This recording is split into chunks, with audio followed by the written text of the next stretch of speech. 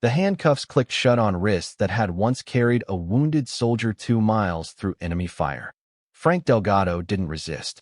He just stood there in the rain outside the courthouse steps, his cardboard sign crumpled under a stranger's boot, while 2 young officers recited words about trespassing and public disturbance. He had nowhere else to go. That bench had been his bed for 11 months. Now it was a crime scene. Before I tell you what happened next, tell me in the comments where you're watching from. I love knowing who's listening. Frank was 61 years old, and the city had learned to walk past him the way you walk past a lamppost. Nobody saw the Bronze Star buried in his backpack, wrapped in a plastic bag to keep it dry. Nobody saw the photograph, soft at the corners, of a young Marine carrying him through a minefield in Fallujah. Frank didn't talk about that day. He didn't talk about much anymore. The war had taken his hearing in one ear and his footing in civilian life altogether. And somewhere between the discharge papers and the empty apartment, he had simply slipped through every crack the system pretended didn't exist. The officers were not cruel. They were tired, and rules were rules, and a courthouse bench was not a bedroom. Still, something about the old man's silence unsettled the younger one. Frank didn't argue. He didn't beg. He just lifted his chin, the way men do when they've already survived worse than humiliation, and let them lead him toward the holding doors. That's when the air changed. It started as a murmur near the courthouse entrance, the kind of low ripple that moves through a crowd before anyone understands why.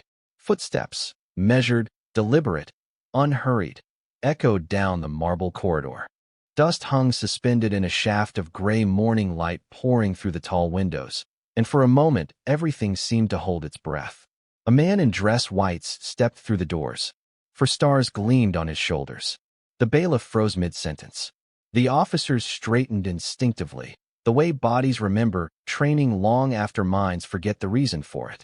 Admiral Lawrence Hayes scanned the room once, and his eyes stopped on the old man in handcuffs.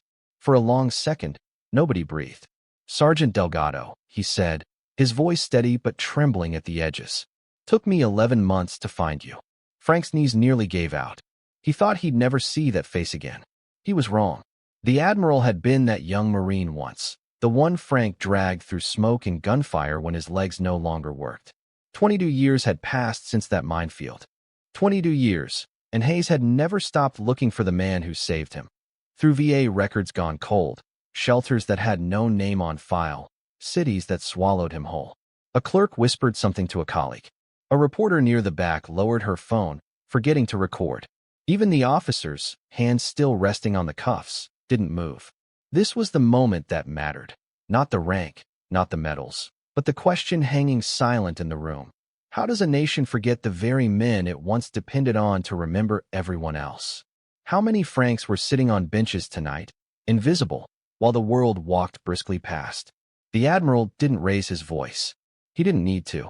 He simply turned to the officers and said quietly, "This man bled so men like me could walk home. Take those off him." The cuffs came away.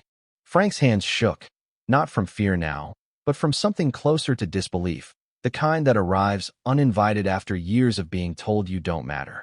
The Admiral stepped forward and did not shake his hand. He embraced him, right there in the courthouse, in front of strangers who would carry this story home to their families that night. Someone in the gallery began to clap. Then another. Within seconds, the hallway that had nearly swallowed Frank in shame was filled with something else entirely.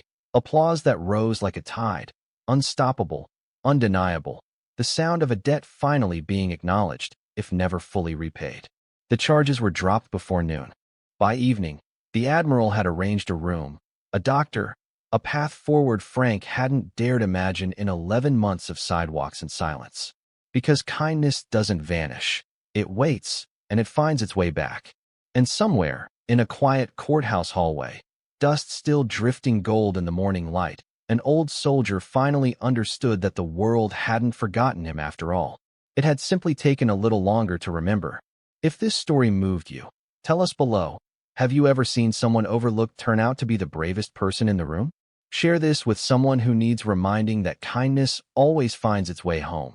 And subscribe if you believe every forgotten hero deserves to be found.